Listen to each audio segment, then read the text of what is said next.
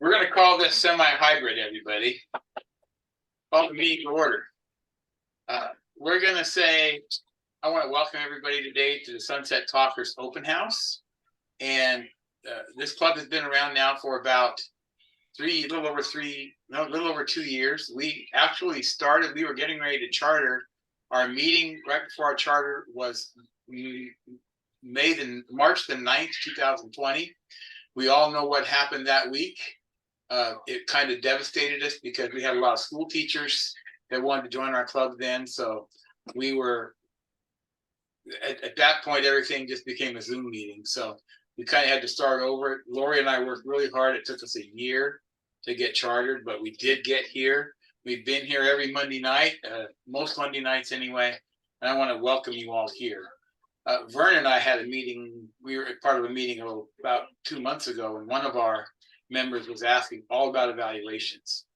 And the suggestion was made, we were thinking about this open house, that we make an open house all about evaluations. And it kind of came together, and just a matter for me to come up with all the players and see how we could do everything. So I want to welcome everybody here today. Our meeting today is going to be all about evaluations. And with that, I'm going to introduce a few people here before we get started. I want to welcome all the guests and all the players.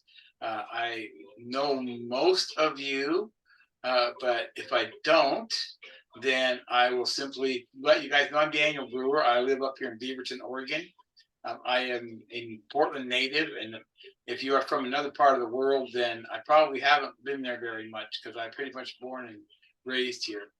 But I have been a Toastmaster. I was a Toastmaster for a year and a half in college for the Portland Toastmasters in 1980. And then I rejoined Toastmasters when I got laid off as a way to get back into the work world. So I'm very happy that I got to join Toastmasters. I'm a member of 5 clubs now, I believe, including my latest club, Find Your Voice, Cheryl's club. I just joined last week, which I'm really happy for. Silicon Forest was always my home club until I joined a couple of clubs, and now Notary Masters. I'm also a part of that club with Michaela and Vern. I've been members of lots of clubs, and I really enjoy it because it's just fun. And that's why I'm here. And that's why today we're going to be having a all about evaluations Toastmasters meeting. So welcome everybody here. Our format is going to be a little different than your typical Toastmasters meeting today. Our first part of our meeting, we're going to actually have a guest speaker. It will be Laverne. He's giving a speech he gave at a contest earlier in the year, and we hope that he will do, we know that he will do a great job. Then we're going to be followed by 3 evaluations. Our first evaluator will be Fred Bergeron from Florida, and then followed by Joe Dudman from Portland, and then Cheryl McFadden from Hillsborough will be our 3rd evaluator.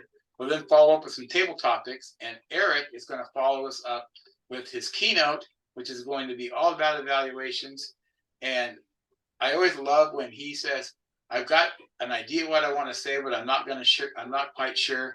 His last name is Winger, and I think he's going to kind of wing it. But you know what? His evaluation talks I've always learned something from. So that will be our format. And then when we're done today, we're going to get some thoughts, and I'm going to try to let you know a little bit more about the club, how you can join, and answer any questions you might have about Sunset Talkers. But we're here every Monday. I say we're here every Monday night, except when we're not. Being on Monday nights, of course, there's a lot of holidays on Monday, and we take a bit of a couple of week break at the end of the month of June and at the end of the month of December, just so we can get a little bit of a recharge. But we're here, and we hope that you will enjoy our meeting tonight and enjoy our club. With that said, it's now time for me to introduce our guest speaker, and our guest speaker has been a friend of mine now for about a year and a half, working with him with Notary Masters, almost 2 years now. He is now an area director for Area 21. He has already earned level 4 in a short year and a half, and he was also a area champion speaker for the International Speech Contest this last January. So without further ado, from Phillips, Florida, Mr. Laverne. I'm sorry, it's not Phillips. What city are you from in Florida? Jennings. Jennings, Florida. You know what? I always write, it's written in my book that I got to change that. From Jennings, Florida, and you'll know Jennings because it was hit by the hurricane, and our prayers have been with Vern this last few weeks as he gets unburied from all of his trees. But he sure knows one thing. He knows what is freedom. What is freedom? And that's the speech for his. That's the topic for his speech today. So here from Jennings, Florida, is Laverne Vance. What is freedom? Thank you, Mr. Toastmaster. I am going to share my screen. And please let me know if everybody can see that. Okay. Daniel, can you see it? Yes. Okay, great. Thank you. What is freedom? A few years ago, I was looking through my mother's stuff that she'd left me after she passed away. And I came across this old envelope, which was yellowed and aged. I opened it up and I looked, and it was a story that had been written by a 10-year-old boy back in 1964. The title of that speech was, "What is Freedom?" As I read the speech, thoughts began to form, and I looked down, thought to myself, this could not have been written by a 10-year-old boy. It struck a chord in my heart, and I thought it would stir something in all of us today.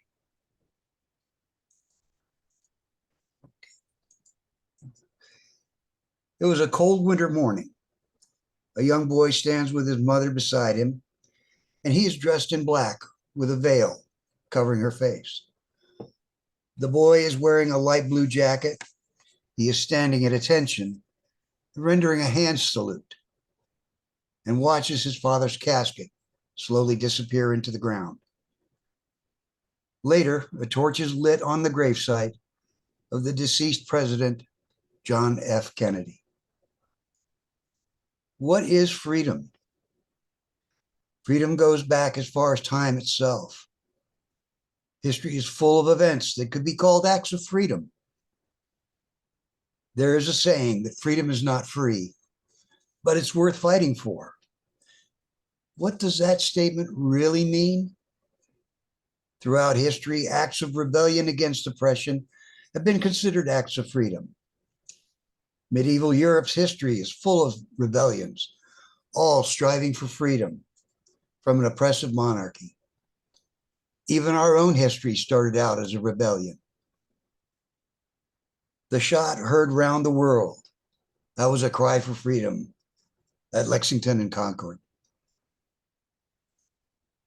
Continental patriots banding together, crossing the Delaware, forming the First Continental Army, and standing against the superior British Army was our cry for freedom. Later came the Civil War. Another cry for freedom against the slavery of another person. Only this time it was brother against brother. In some cases, it was literally brother against brother. But we came through that war establishing a new freedom. Then came the turn of the century, and freedom was once again threatened. This time, we fought as a nation against a common foreign enemy, not amongst ourselves. Eventually, once again, freedom triumphed. And then came another war. Once again, freedom is stripped away from people, and once again, we came to their aid and eventually won the freedom back for them. But at what cost? How many lives, how many innocent people had to perish for us to get that freedom back? During the 60s, there were many cries for freedom. And some of the most prominent freedom fighters had their lives prematurely extinguished. President Kennedy's call for freedom was his stand against the Cuban Missile Crisis and not letting a superpower establish a base so close to our country. Martin Luther King, outspoken for the civil rights of not only the Black people, but for all men and women's rights to live equally, was his cry for freedom with his I Have a Dream speech. Honored guests, that speech I just read was written by a 10-year-old boy, and it was submitted in a national freedom writing contest and came in second place. How do I know this? I was that boy who wrote this poem. I followed my father's footsteps and served our country through 4 conflicts, all for the cause of freedom. Were we successful? We were when we liberated Kuwait, but still, we made an impact, but the conflicts still go on. We as a nation are still free.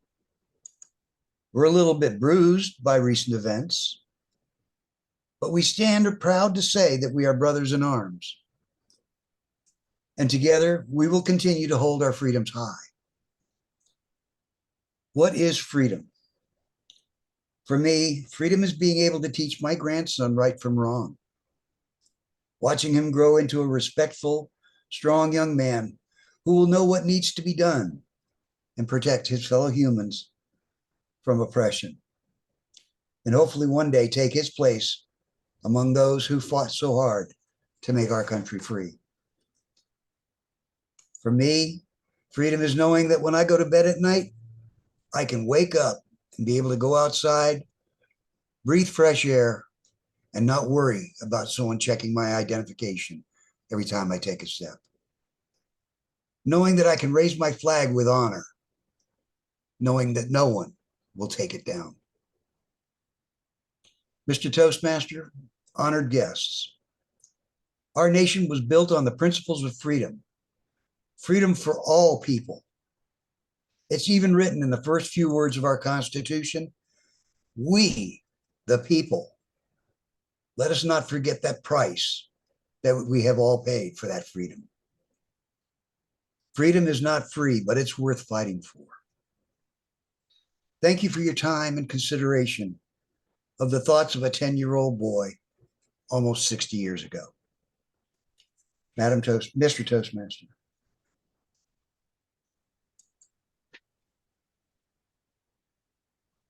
Thank you, Laverne. I appreciate that speech. I love it every time I hear it, and I'm glad that we had a chance to hear it today. We are going to go into our evaluation section. By the way, if you are not an evaluator today and you have comments for Vern, feel free to put them in the chat, and I'm sure would appreciate any thoughts that you want to have.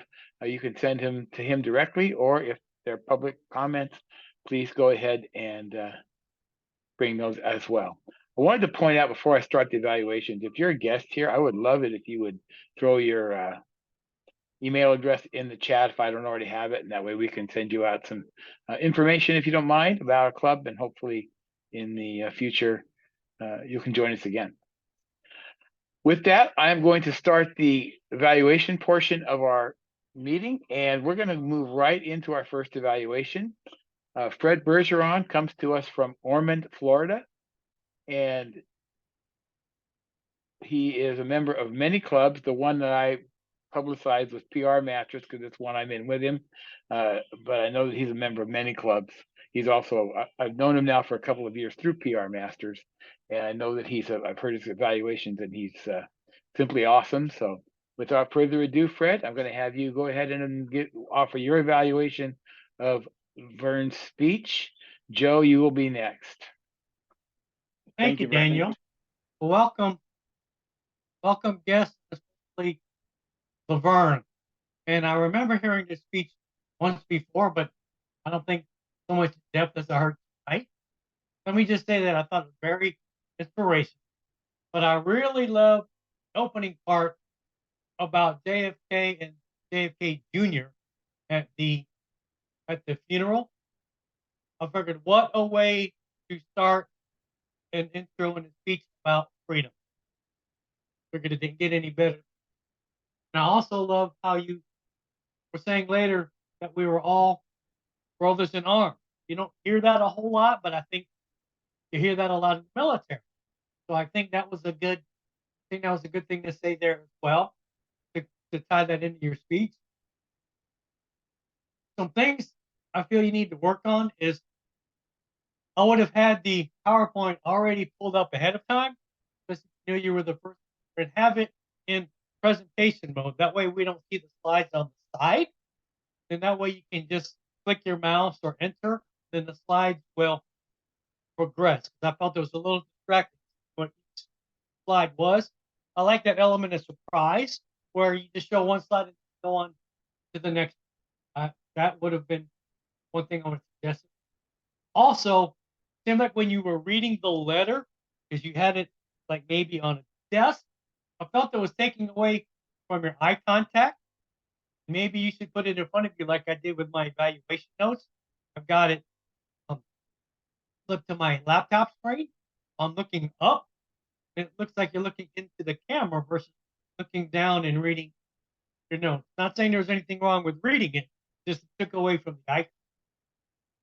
And I felt really to add to your speech, should have changed the background to the American flag to really symbolize freedom for those false soldiers in Iwo Jima holding up the flag. I think that would have been a good photo in the background, really, really define freedom.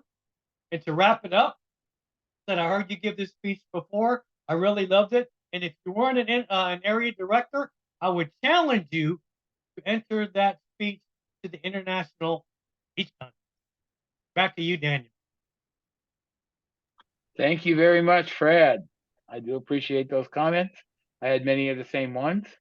I'm not sure what the other evaluators felt, but Joe, I'm going to call on Joe. He is from, again, many clubs, but I know his home club is Yammer Time.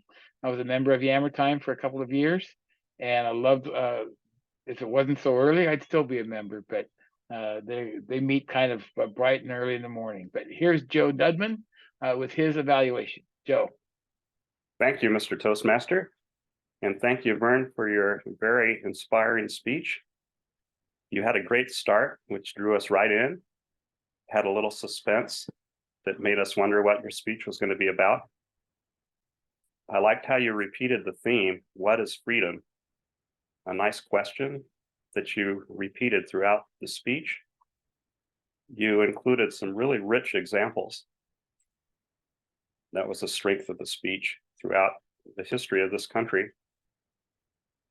You have great vocal emphasis. You have a very clear voice. It's not a loud voice, but because it's clear and calm and a gentle voice, not a loud voice, it drew us in. We were able to hear it, even though it wasn't loud. And I think that's a really effective way to draw the audience in. I thought you could have used some more gestures during the speech to emphasize some of your points. Your images were very powerful and reinforced your points, but a few gestures could have helped too. For things to improve on, as Fred said, I think sharing the screen without thumbnails using presentation mode would have provided less distraction. And in fact, there were a few spoilers because we could see the upcoming slides and see what was coming up. And when you were showing your speech script, the paper itself, I think you could have held that up a little longer for more emphasis, showed that to us a little more. And we noticed, both Fred and I noticed that you were reading your script.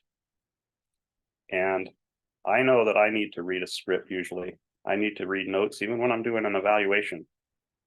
But if you could have memorized a little more and looked into the camera to address the audience a little more, I think that would have improved your speech, made it even stronger.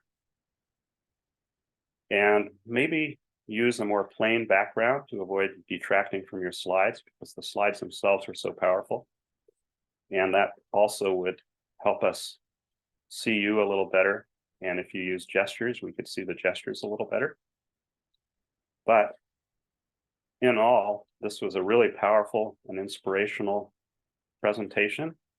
You kept our attention. It was really rich with great content that kept us interested. And the slides reinforced the vocal part of your presentation. So overall, a really excellent, powerful speech that drew the audience in very well. Thank you very much for the speech. Back to you, Mr. Toastmaster. Thank you so much, Joe. And you always add a little spice to your evaluations. My our third evaluation today is Cheryl McFadden. I just have met Cheryl in the last few months, and I'm really glad I have. I enjoyed her club speech. I was only at her club meeting for about 15 minutes last week, but I really enjoyed. They didn't have a place to meet, so I just met in the park, and it was kind of cool. So I love Cheryl and getting to know her and know her club. And today we're going to get to see some of her evaluation skills because she will be evaluating Vern's speech as well. Cheryl. Thank you. Laverne, I loved your speech, just loved it. It was very thought-provoking and it touched me emotionally. I thought you had a good cadence to your speech. You kept a good pace. I understood every single word you said. I liked your descriptive language, particularly you said struck a chord in my heart. And when you talked about John Jr., you talked about rendering a hand salute. I thought that was very colorful and descriptive language. And I really like the reminders of our history, that we have a history full of rebellions. You talked about Concord and Lexington, the first shot, crossing the Delaware, the Civil War. And at the turn of the century, freedom was again threatened, but freedom triumphed. I liked the reminders of our history throughout because it's so easy to get caught up in life that you really don't think about your history. And I thought the slides were wonderful because, you know, they were just pictures, and a picture can speak 1,000 words. So thank you for those photos that you had. Now, how would I improve it? One suggestion I would have is that you could open with an attention grabber of some kind. Now, I know you've given this speech many times before, but this is the very first time I've ever heard this speech. And the first thing I heard you say was, I'm going to share my screen. You might want to consider just opening with some sort of an attention grabber. I liked, the very best part I have to say is when you said, I was the boy who wrote the poem. That was my favorite part of your speech, and that touched me emotionally. I thought that was wonderful. All in all, it was a fantastic speech. I thought you did a great job.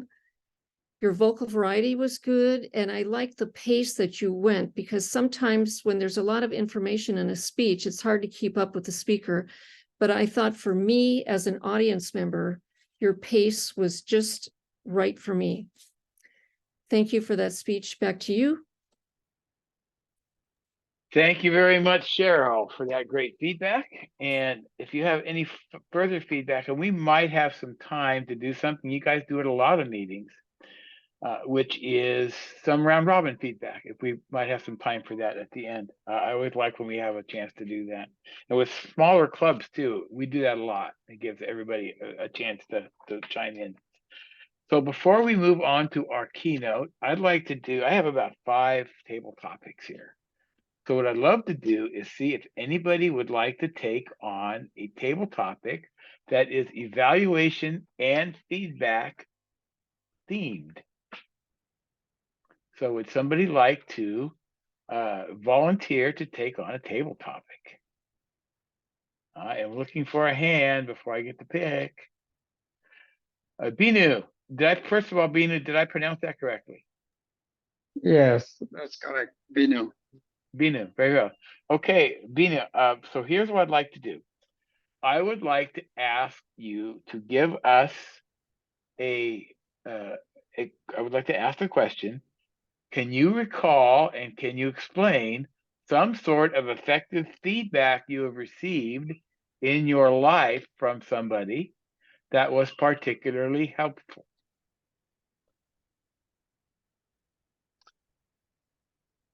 Thank you for that question, Table Topic Master. Looking back in my life, I can say I have learned most of the good things from hearing feedbacks. And most of them were good, and some of them were really bad. And it's always you have to gauge what is good, what built you, that make you go higher than where you are. And at the same time, also to think, is this feedback is really helpful to grow me as a person, or if it is not. One of my best feedback was a long time back, maybe 20 years ago. One of my leaders at a school in India asked me to clean the floor. And I came from from a very ego-centered person, and I didn't like the job he gave me. He gave me a mop and some water, and he asked me to clean the floor. And I thought that was just not something I should be doing. It's something they should be doing. And I kind of went and did a very lousy job. I didn't really clean. The water was on the floor everywhere. And I was showing how frustrated I was. And after some time, my leader came and he asked me, Vinu, have you done your job? I said, yes, I have done my job. Go and take a look. And he already saw my work. So he took me there and he said, thank you for doing the work. And just stay there. I'm going to show you how normally I do this job. And he took the mop and he cleaned everywhere. And he made it really look good and dry. And at the end, he handed me mop and the bucket of water. And he said, now, if you could actually put this bucket and mop away, that would be great. And if you have, you have this job tomorrow too, please make sure you do this. And if you need any help, please feel free to call me. And that struck me really hard. And that was one of the best moments. My ego chopped down with a person's humility and the way he showed me how to do things. And next day I did the job. And this time he didn't have to come and do that again. That was one of the best things I can recall from my life. Thank you. Back to you, Table Topic Master.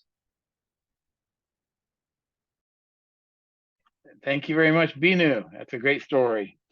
Do we have another volunteer? I'm going to call on somebody here if we don't. I think somebody out there knows I'm going to call on them. Okay, Roger. I have one specially for you. A table topic that I actually wrote in case you were here, because we're talking about feedback methods today. And your feedback method is different than anybody else's I've ever heard. So what I'd like to do is I'd like to ask if you would please share with us the feedback method that you normally use when you are a speech evaluator.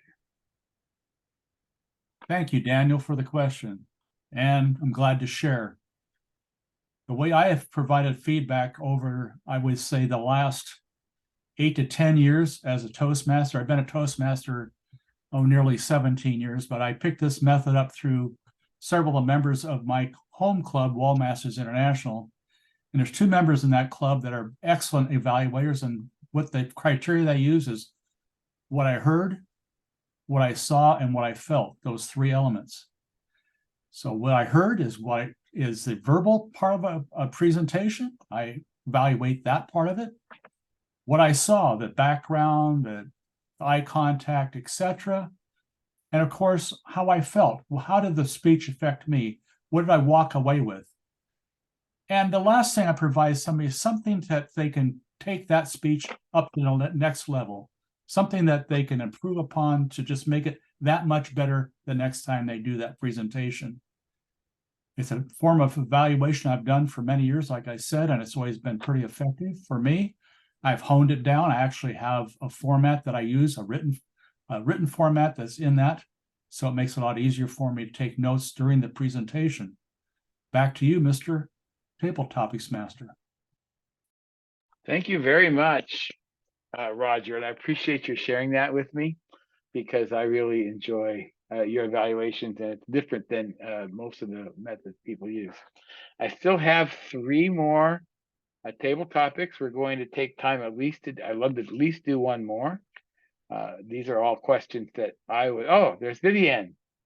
Okay, so Vivian, my question to you is, can you remember either evaluation or life feedback you gave to somebody that you knew, it could be a speech evaluation too, that you knew struck home and that they had a takeaway from that was helpful? Always a willing victim here for table topics. Thank you, Daniel. This is a true story. And for those of you who know me, I only know one way to do evaluations, the wacky way, because that's the only way I am. And somebody had a strange habit. She was a very pretty girl, intellectual, sounded like a genius, with one dead giveaway. Every time she'd get nervous, she'd scratch her head. As in, not sneakily, but you could almost hear it go, shh, shh, shh, like, I'm like, does this pretty girl, so intelligent and cute, know what she looks like? And I like watching Zoom on gallery. So that was her salvation. But many people watch this speaker on speaker mode. Can you imagine how big her face was seeing everybody seeing her scratch her head? So I actually asked her, do you watch recordings of your performances? She says, no, I hate to see what I look like. And I'm like, strike one. I'm like, if I recommended that you do, would you consider it? And she said, no, I don't want to see myself. So the third statement I made was, what would you do if you were watching a speaker with an excellently prepared content with very strange mannerisms? She was looking at me like, huh? So I mirrored everything she did. And she actually said, oh, that's so weird. And I'm like, whoa, everybody in the room was like, duh. So I told her, I learned to be who and what I am by watching myself to see what I didn't like about my performance, meaning the people would also not like it. And she said, oh, I know myself. Here goes. When you have a straight A graduate, she said, I know myself. I don't have to do these things. I know exactly. I said, so you would never scratch your head the way I just did? She said, no. And everybody in the room laughed. I kept a straight face, right? And so I said, I strongly recommend that you take the recording next time you give a speech and watch yourself. And then she was like, why is everybody laughing? And someone couldn't help herself. And she said, Vivian just impersonated you. And she said, no way. And everybody answered, way. That's my story. It's a true story. And it worked. And she thanked me for it. I hope you enjoyed it. You can try it. And I hope you get out of it alive like I did. Good morning from Manila. Thank you, Vivian. Good morning. So I'm going to have one more. And Joe told me he would take one. I don't have another volunteer. So Joe, I want to talk about a speech evaluation that you have received at some point that actually made you stop and think, or perhaps maybe not one you received, but one you heard that made you stop and think about how you can improve your own speeches in the future. Well, I've been told that I have a very deep and monotonous voice sometimes, and I need to add more vocal variety. So I'm going to try to do that in this response to table topics, because usually when I present a speech, I write it out and I'm concentrating on what I mean to say and not so much on how I mean to say it. Because of that, I often don't have a lot of vocal variety. So I just talk like this and go through what I want to say without a lot of drama. So that's one thing that I've really tried to improve on, but it's really difficult. Sometimes I have my cat walk across me during a meeting to remind me to do that. But I've really, that's one thing that I'm always thinking of, and I don't always do a good job of taking that advice, but that's definitely something that I need to work on and continue to work on, something that I've taken to heart. So thank you for that question, Daniel.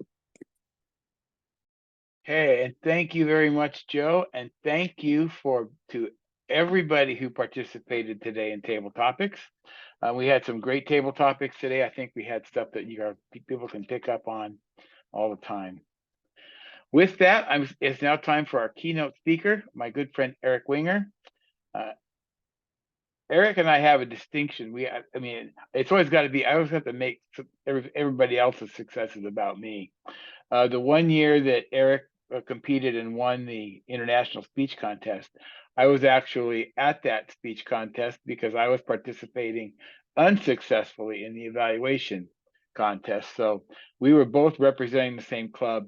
That particular year, it was unusual that the same club had a finalist, district finalist, although one of them made it to the podium. That was Eric. He not only made it to the podium that year, he made it to the top of the podium, but we all got to represent very well. And it was that particular year for the international speech contest. It was a tough year. That was the second time he'd won it. He only said he won it here once, but he won it a second time too. So he has won. He's not only an award-winning speaker and distinguished Toastmaster, he is an experienced and highly sought-after speech coach specializing in youth public speech instruction. He has helped the building confidence of hundreds of young people throughout the art of public speech instruction, teaching in-person youth groups in Beaverton, Oregon, and remotely throughout the miracle of Zoom. He was a District 7 International Speech winner in 2021. He was the Table Topics first place in 2017. He earned a distinguished Toastmaster in 2016, and I had the privilege of being his VPE that year and got to submit his DTM award, which was kind of cool. Toastmaster Distinguished Evaluation 7, or first place in 2014 for evaluations. The Herb Stude Educational Excellence Award, 2013, and the Toastmasters Humorist first place winner, 2012. By day, Eric is a veteran software engineer specializing in user interfaces for Gemstone, Object Server by Gemtalk Systems. He's also the lucky husband of a terrific wife, Melissa, proud father of 3 adult children, and the obedient servant of a cat named Zazu. And I can tell you, after having met everybody in Eric's family, they are all as tall as he is. So let's just say they're a very tall family. And to say that, I would just like to tell to everybody, Eric is an expert in evaluations because his evaluation talks have had me captivated every time he's done them, and I hope he does the same for you. With his take on evaluations, here is my friend Eric Winger. Good evening, Oregon. Good night, Florida, and good morning, Manila. Thank you for coming out tonight. I want to first of all acknowledge Vivian's table topics a little bit, scratching ahead. We're going to have some fun with talking about evaluations tonight. Thank you for everyone for demonstrating evaluations and giving a little speech and some table topics on evaluations. The title I came up with roughly for this speech is Evaluations, the Art and the Science. And I wanted to give you something concrete you can walk away to become better evaluators. That's my #1 goal tonight. But I also want to impress upon you how much of an art and how much of a science evaluation really is. What the science is that there are techniques you can use to better deliver feedback. The art is that we are all human, and therefore it's a very subjective type of speech. I've heard it called the crux of Toastmasters because it delivers the impromptu speaking, the speaking, and the feedback and listening skills all together in one. So what evaluation? Where does my knowledge come from? Well, I can tell you the moment that I got the aha bing about evaluations. It happened the very first time I competed in a speech contest, an evaluation contest, and I won at club level. I was very, very happy. And I went to area level, and I gave a brilliant evaluation. I mean, it was really good, but I didn't win. And naturally, being a new Toastmaster at the time and being young and headstrong, I was lamenting to my friend about how the judges were corrupt and how everyone else was wrong and how I did such a great job. And as we talked and we talked about this, we analyzed this, we tried to find every possible way to blame someone else for my clear loss, my clear win that was turned into a loss. It dawned on me, evaluation is a deeper and richer subject than I had ever previously given credit to. Feedback is hard. It's hard to give feedback. It's hard to receive feedback. We think it's so easy, just we say something and people will naturally do it. How many of you, when you speak, people listen?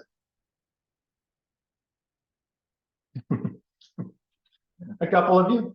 Okay, for most of us, especially if you have children, you know that listening is something that other people don't really do. And we have to be a little smarter about that. So what can we start with here? First of all, in an evaluation, whether it's Toastmasters or in life, you are giving your opinion. You are opining. That is important to remember. You may have certain biases and beliefs and true facts that you want to convey to this other person.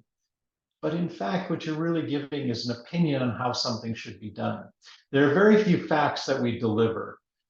What we do is give opinion. And then that's important to remember because when we receive that, we have to do what we have to do. I think it was Binu who said, you know, I have to filter that. You have to filter it coming through. Maybe he didn't use those exact words, but you've got to use your listening skills and say, this is good appreciative feedback, but it doesn't really apply. Or that's something I want to go and do and work on and really make better. You've got to use that filtering system inside of you to make sure the evaluation comes through that's important and valuable for you. So remember, evaluation is an opinion.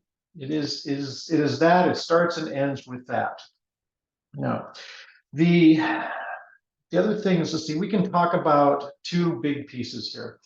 The science, again, we're back to the structure. Remember what Joe said about his speeches?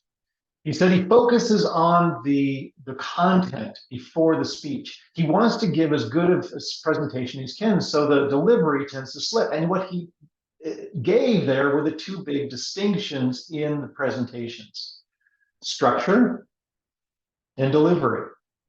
And when you're focusing on your evaluation, you can spend a better part of your time on one or the other. But if you start mixing and matching, it tends to get overwhelming because you tend to jump around. Now, this is where I tend to think that Toastmasters evaluations forms, as good as they can be in the pathways, can be a little misleading, is because they direct us towards everything. Have you ever looked in the back in your pathways? You got the evaluation in the front as you did Excel, here's an improvement, and then the challenge. And then you flip it over, or look at the second page, and you see this big, you know, rating systems, right? Well, a lot of those kind of jump around. You know, there's vocals. Did you do good in vocals? Did you do good on your eye contact? Did you do good on your connection with the audience? And you start jumping around like that. Pull yourself out of that for a minute and just focus on, you know, their content, their structure, how well it was presented, or maybe focus on your delivery. That's one way to help get yourself more narrowed. And the benefit is that the speaker, when they're listening, can have a better frame of context because they can focus. Okay, he's going to help me with my delivery. I'm going to work on that. In fact, I would encourage anybody who's doing this style of evaluation for this meeting, have each evaluator focus on a different area. One on delivery, one on structure, and maybe one on audience reaction or something unrelated, but keep them separate, and then the speaker gets more value. Fair? Just a thought. I'm opining. Okay. Question. I just said that the evaluation is for the speaker. True or false? False. I saw false. I see lots of non-answered. False. Who says true? It is for the speaker. I say true. And how well did you do in school, Daniel? You can't do true and false. No, It's true. It's true because it's directed to the speaker, but I get my best feedback when I hear somebody evaluate somebody else. It is exactly right. The speech is for the speaker. The speech is for the audience, everybody in the meeting, and this evaluation is for you. How is it for you? Number one, it gives you the opportunity as an evaluator to focus your thoughts and then to apply that same feedback to your own speeches. If you're going to give someone else advice, try taking it yourself, see what happens. Does it work? Hopefully you've already tried it in advance before you give that advice. But try it. So you worked for three different audiences. And if you think about that, you're going to change your language a little bit, especially when you're giving the feedback. Instead of just saying the speaker did this, I want to talk to one person, I'm going to use inclusive language for the entire audience. Wasn't it amazing how Laverne's speech really grabbed at that idea of freedom for all of us? And he opened with this poem and a mystery. Maybe we can all take that idea and create mysteries in our speeches that we answer later on. I've tried to use language in that last few minutes to say, this is for everyone. We can all do this. So that's the way you can incorporate and make a better evaluation, is by using inclusive language. Include the entire audience as well as the speaker. Something to take away, something to think about, something to maybe apply. How many of you struggle to evaluate delivery? Does anybody feel like they struggle with evaluating delivery? Or you all feel pretty good about it? 1, 2, lots of people sleeping. It's really nice. No. I struggle with it too. I'm going to give you some techniques, something to walk away with that you can use. Now, Zoom presentations are different from in-person presentations.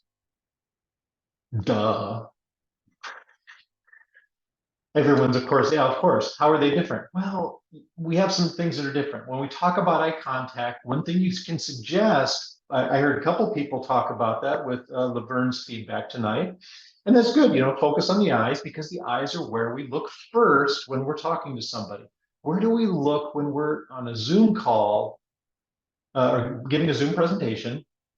Where should we be looking if we want to make it connection with the audience? Middle of the camera. The little dot.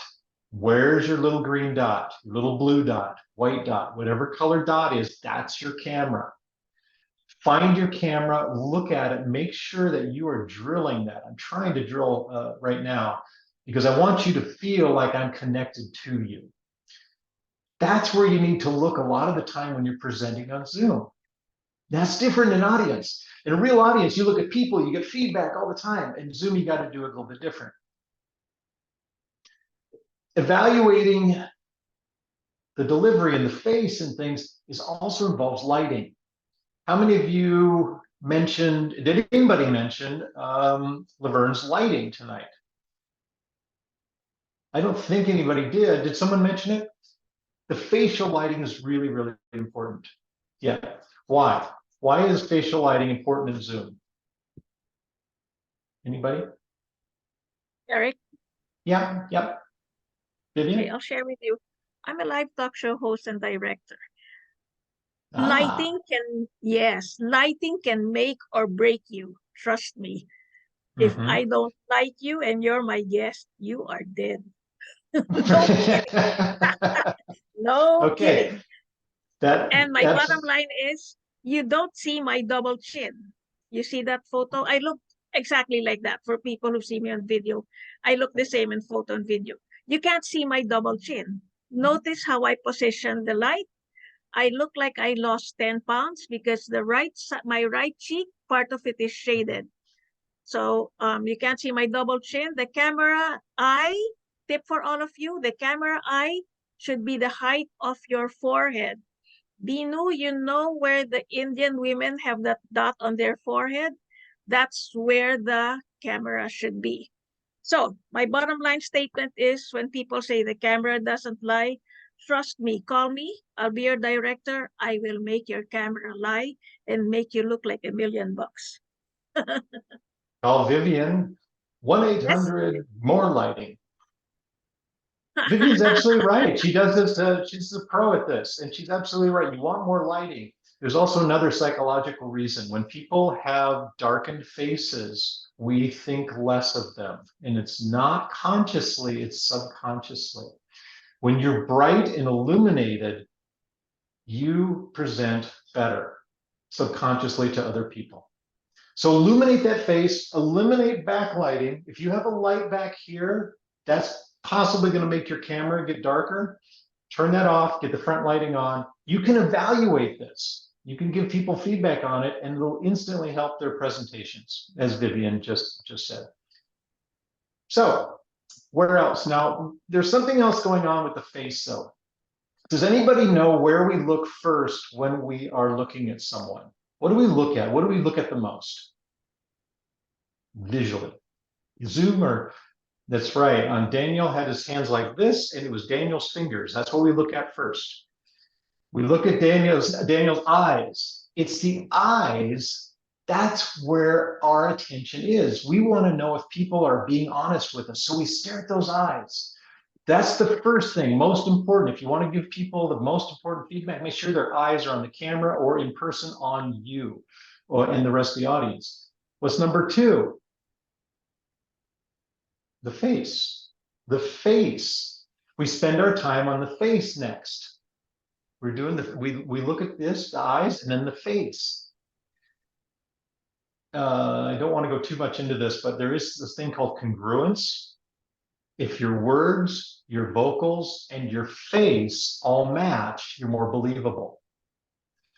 But if you tell me something that doesn't match, for instance, if I said to you, "Hey, my puppy died," you all go like, "What?" Some of you laugh, some of you just said, "This guy's psychotic." But it's the idea that something's wrong because we communicate with our face and our vocals and our words. And if they're in congruence, you're more believable. So the face is the next thing. The third thing is these gestures, these digits. On Zoom, it's a little bit harder. Sometimes you want to back up so you can demonstrate, use the hands if you want. Watch that your hands don't get too big. That can be something you can evaluate on. But the hands are next in that order. And then finally, if you're in a live presentation stage, are they using their stage? So those are the four, if you want to evaluate the physical appearance: eyes, face, gestures, and stage. Go for those four, and you're going to have a good feedback for people, specific, concrete feedback that they can use. Now, I'm going to go back and pick on Joe because Joe said he struggles with his monotone voice, and that's okay, Joe. A lot of people do. A lot of people have that. But the question is, how do we get better? Now, as an evaluator, I'm gonna challenge us all to think, okay, how would we coach Joe? Now, you don't have to answer. This is rhetorical. I don't want 12 people jumping down Joe's throat. Oh, that was a great pun. Sorry. Okay, but let's think about what can we do? Well, the first thing we can do as an evaluator is we can break vocals into 4 areas. Let's break our vocals into volume, pitch, rate, and pause.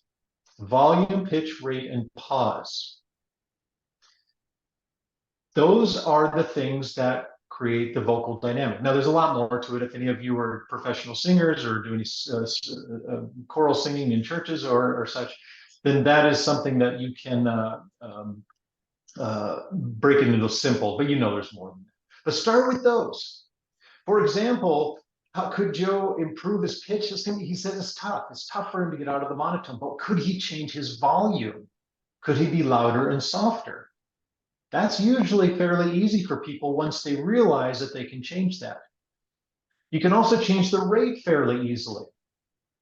If he can speak faster at times, he can speak slower. What's appropriate? What is appropriate for that? So if you can break your vocals down into 4, then you're going to have those 4, then you're going to have it. And by the way, the pause. Stop. Maybe that's the easiest of all. Just stop. And then come back and speak. Give some, Joe says he's gotten much better at pauses. Good for you. Good for you. Now I'm going to point out that Daniel, when he opened the door for me to come here tonight, he said, take as much time as you need. Take as much time as you need. And now he's giving me the red card. This is not incongruence. This is not, I'm struggling here. I'm struggling, but I think that's Daniel's signal. He says he wants me to wrap up. So the long and the short of it is that evaluation is an art and it is a science. Think about the delivery, think about the structure. What are you evaluating? Focus, in one of those areas. I've given you some techniques for visual. I've given you some techniques for vocals that you can evaluate on. Work on those. Daniel, do I have time to open up for a question or two? That's exactly why I gave you the red card. I wanted to be able to offer a few questions, and I have the first one if I could. Sure. And then when we're done with Q&A, Daniel, I just like about 2 minutes to just wrap up if I can. That would be great. My question is, I find myself evaluating you and Lori and Roger quite frequently, and I've had to evaluate Vivian once.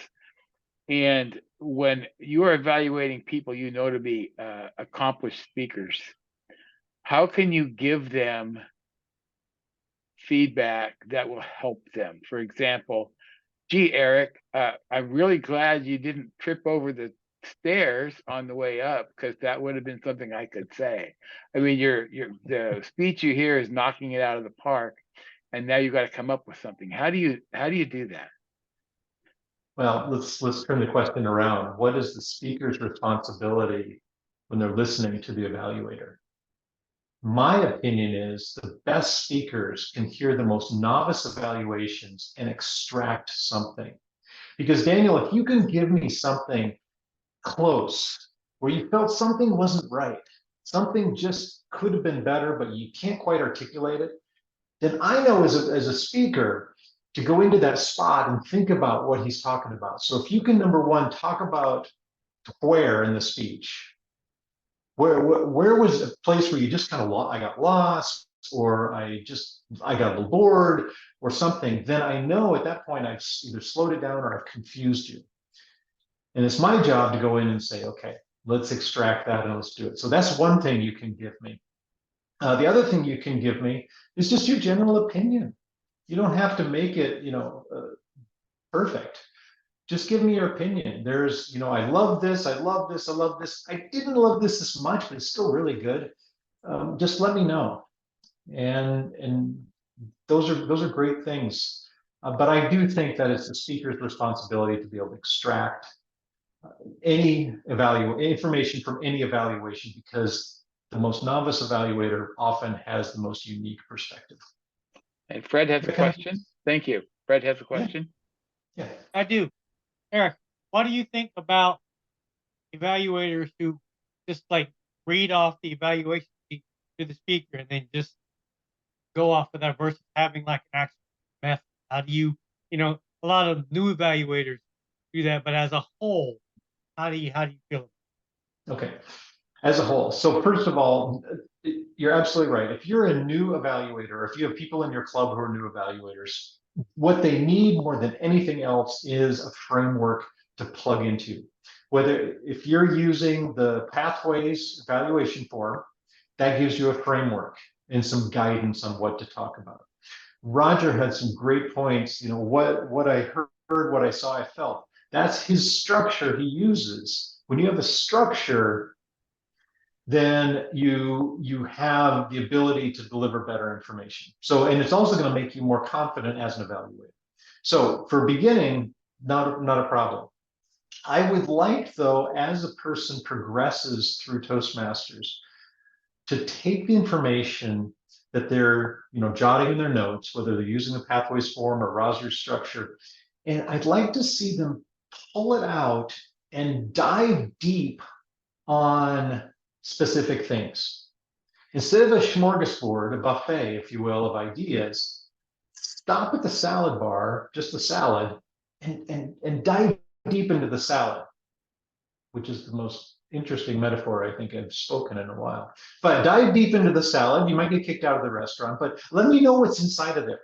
So as you get more experience, dive deep into a single thing or maybe two or three, and I think you're going to get better evaluations. Does that help, Fred? Can I answer your question? Yes, thank you, Eric. Sure. And Eric, at this point, Vivian has a question, and then we're gonna go into some final closing thoughts. Okay. All right, I'm gonna make this short and sweet. It's the elephant in the room. When a brilliant evaluator gives excellent content and the topic is evaluation of body language and vocal variety, he just sounds like one note out of the 7 notes of an octave. Amen. And he's telling you what you did wrong, and he sounds like this. Amen. And he's standing there with the sex appeal of a rock, and he's telling you everything wrong that you did. What to do, Eric? Well, if the preacher has a sex appeal of a rock, I don't know if that's such a terrible thing, but it's evaluations have been called the crux of Toastmasters because you are delivering a speech. And I would recommend if this was a club and you had an evaluator who was, just not able to deliver a motivational evaluation, they're just statues. I would ask the general evaluator to focus in on their delivery during the evaluation. Are they really selling what they're preaching? If they say, Vivian, you should have much better vocal variety. Let the general evaluator point that out. And maybe over time, you'll start to sink in that this evaluation is a speech. That help? Thank you. Can I take you home? At least I'll have a buddy. Okay. You buy me a plane ticket to Manila, and we're in business here. All right, you got a deal there. Okay, Daniel, can I have just one last minute for a story here? Is that okay? Please do. Okay, I got to go back in time. I was a beginning Toastmaster. You heard my little speech about when I kind of got that aha moment that evaluation is more than that. But evaluation is actually something we want to apply in our lives as well. And I go back about 10 years, maybe 12, and I'm sitting at the dining room table working on a problem. My son comes up to me, and he's in middle school at this time, and he has this essay he wrote. And he hands it to me and says, Dad, can you give me some feedback? I'm like, okay, I'm a good dad. And it's something to know about my son, though. My son is a brilliant engineer. He just can put things together. He can make things work. He made my Zoom light work for me tonight. He just has got a great engineer, but he wasn't a writer. In fact, he spelled the word piano with an L for years. And I just kind of, if you're a parent, you kind of, oh, okay. So he hands me this piece of paper. It's his essay. And I get my little red pen out. And I start going to work, doing what a teacher would do. So when I got done with that, the paper was bloody. There was so much red ink on it. And I said, okay, Zachary, come on back over. And he comes over to me, but he doesn't come over to me. Instead, what he does is he comes over and he goes to the corner behind me. And if you know body language, you know what this means. He's defensive. He's ready for an onslaught. He's ready for criticism. And in that moment, that's flash, I had the idea, this is an evaluation. Oh, it's a Toastmasters evaluation. So I flipped the old Toastmasters hat on and said, Zachary, you did a lot of really good things in here. You blah, blah, blah. And so I started with a positive, and then I gave him another positive about what he had done. Kind of leaning forward, and I said, see how this read? This is really just the same mistake repeated again and again. You clean this up and you're going to have a pretty good essay. And by the time we got done, about 2 to 3 minutes later, literally, he had said, okay, Dad, I'd take it. And he took the paper and he ran off. And I didn't hear anything again for about 2 weeks until I came home one night and had the paper. And he showed me, and the top of his paper was effectively a big old A. And that told me right then and there that the power of evaluation is indeed great and powerful. And today my son is a graduate from OSU. He's working as an engineer. I don't think he writes essays. He's damn smart and he's damn successful. With that, I'd like to thank you all for your time today. And I have very much enjoyed my evening. I'm going to give back to you, Daniel. Thank you very much, Eric. And of course, you are welcome at Sunset Talkers anytime you like. Vern and Michaela and I are a member of a very large Toastmasters club as they go, about 28 members. And the one role we can't get filled on those agendas is the speech evaluator role. So because people are scared to be the ones on the hook for evaluation. So we're going to keep this open house today on tape for them. And if they want to, maybe it'll give them some tips and let them be a little bit more at ease so that they can be more at ease of giving evaluations. In fact, it is the most important part of the meeting. And with that, everybody, I would like to thank Eric. I want to thank Laverne. I certainly want to thank our featured evaluators today, Fred, Cheryl, and Joe. I want to thank all of you that participated today. Lori is my co-sponsor. I always thank her at Sunset Talkers because without her and Sunset Talkers wouldn't be here. She's walked me through how to do all this, and I love having her around. I want to make 2 announcements about Sunset Talkers, and then I'm going to open it up for, I'm going to adjourn the meeting and I'll open it up for other announcements if people have them. But the 2 thoughts I want to have is 2 weeks up on October the 9th, I believe that is, Lori will be, she's been very quiet today. She's going to be on the spotlight on October 9th, as she's going to be doing a moment of truth for this club, a 1-hour exercise. If you've never been a part of one of those, you are encouraged to show up. Vern and myself and the other members of Sunset Talkers are going to be putting together a plan for the next year. But Lori's going to be leading that conversation. You are absolutely welcome to join us. I will, if you have not left your email address in the chat, if I don't know it already, then please do. And I will be happy to invite you if you want to just maybe see how it works so you can do one for your club. Rest assured, you don't get to come and watch. I expect you will participate as well with thoughts of your own, because your experiences, even if you're new to Toastmasters, I'm sure you've worked with other groups and stuff works for you.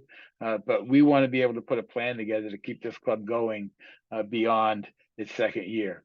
The last thing is, if you are interested in joining our club, I'm going to send out, I can absolutely send out a application to you. We are paying online, and right now, if you're already a member of a club, it's of course $60 to join, and we would love to have you join.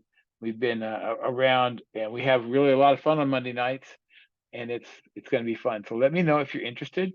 I would love to have you be a part of our club every Monday. Also, just as a little bit of a program note, the 16th of October, we have our latest new member, Rafiq, will be delivering his icebreaker.